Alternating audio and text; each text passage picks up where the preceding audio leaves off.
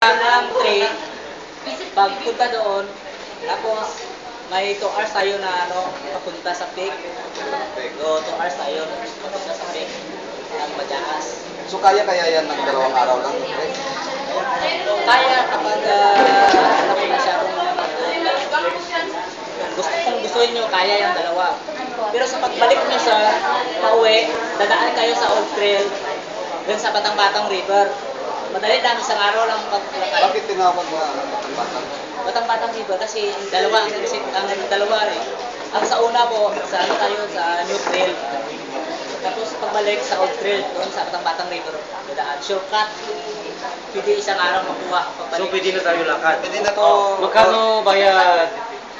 Magkano ba babayaran? Guys, 300 per head. Per head? 2,000 head?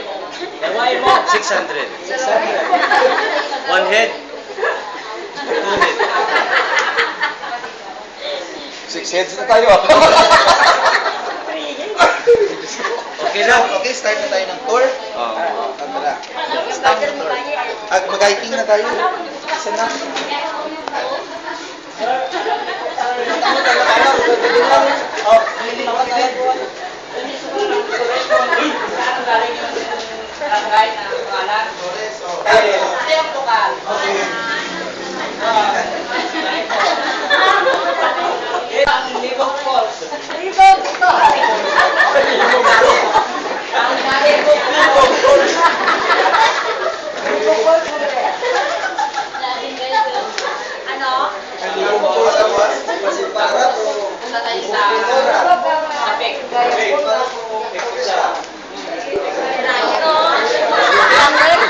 Yung guide na biyan na?